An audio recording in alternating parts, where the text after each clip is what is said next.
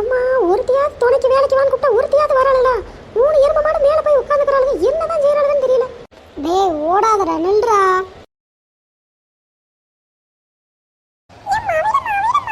படியில ஓடாதன்னு எத்தனை வாட்டி சொல்றேன். கீழே விழுந்து மொட்டை மண்டையை நொறுக்கிட்டு போயிடாத.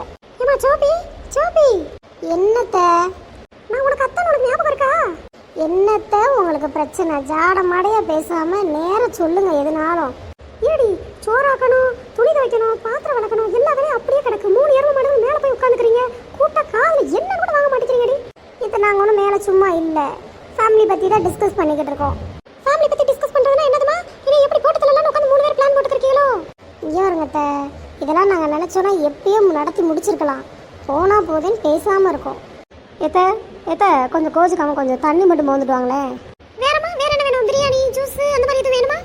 இதை இப்போதைக்கு தண்ணி மட்டும் கொண்டு வாங்க. அப்புறம் ஒரு 1/2 மணி நேரம் கழிச்சு பிரியாணி, நல்லா வெஜிடபிள் பிரியாணியை பண்ணி கொண்டு வந்துருங்க. முனிமா அப்போது சோறு கேட்டுக்கிட்டு கொஞ்சமாவது கொண்டு வந்து கொடுக்கணும்னு அக்கறை இருக்கா உனக்கு? இல்ல தெரியாம தான் கேக்குறேன். இந்த வீட்ல மனசுக்கு நான் ஒருத்தி மட்டும் தான் இருக்கேனா? நானே எல்லா வேலையும் செய்யணும். வயசுல மூத்தவங்களுக்கு மரியாதை கொடு. வயசுல மூத்தவங்கள மதிச்சு நடக்கணும்னு சொல்லி நீ தானே பெருமையா சொல்லிக்கிட்டே இருக்க. அப்போ வயசுல மூத்தவன் நீ தான் எல்லா வேலையும் பார்க்கணும். ஒரு நாளாச்சும் பொண்டாட்டின்னு சொல்லி சப்போர்ட் பண்றியடா. எப்ப பார்த்தாலும் மருமகளுக்கே சப்போர்ட் பண்ணிக்கிட்டு இருப்பியா? Sign sign sign. அது யாருமா சைன் சைன் சைன்னு? அத்தை இந்த விளையாட்டு நல்லா இருக்கும், வரீங்களா நீங்களும் சருக? எருமை எருமை எது மேல உட்கார்ந்து சறுக்கி விளையாண்டுட்டு இருக்கு பாரு. இதெல்லாம் பழைய கேம். இங்க பாருங்க, இந்த கம்பளை அப்படியே சறுக்கிட்டே போட ஜாலியா இருக்கும். கஷ்டப்பட்டு கல்லு மண்ணு நான் சுமந்து வீடு கட்டியிருக்கேன். உனக்கு என்ன தெரியும் இதோட அருமை? ஆமா அத்தை, எனக்கு தெரியாது.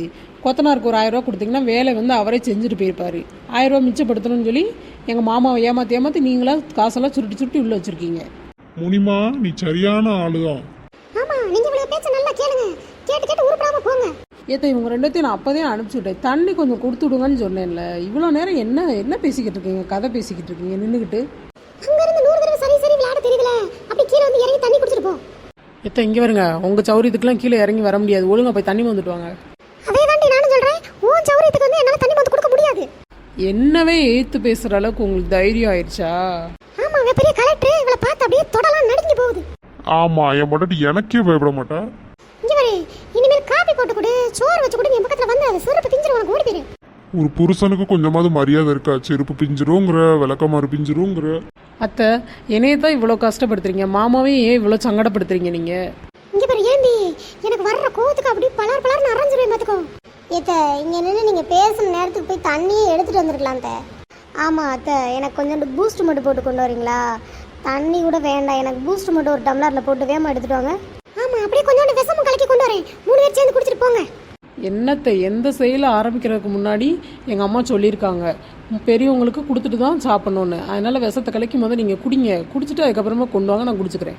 உனக்குலாம் எம்மட்டு மப்படி எரும மாடு மாதிரி இருந்துட்டு எப்படி உட்கார்ந்திருக்க பாரு. கொஞ்சமா மாமியார் முன்னாடி நல்லா உட்காருவ, மரியாதை கொடுப்போம்னு தோணுதா உனக்கு? அதே தான் நானும் சொல்கிறேன்.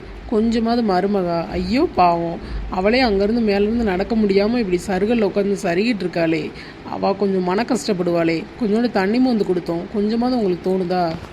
சி, இதெல்லாம் ஒரு வீடா? இனிமேல் இங்கே இருக்கவே மாட்டேன்டி. அவ வேலையை அவ பாருங்கடி. இத்த கோச்சுக்காதீங்க, நம்மளாம் என்ன அப்படியே பழகிருக்கோம். போங்க, போய் கோச்சுக்காம ஒரு கிளாஸில் எனக்கு சூடாக ஒரு காஃபி மட்டும் போட்டு கொண்டாங்க.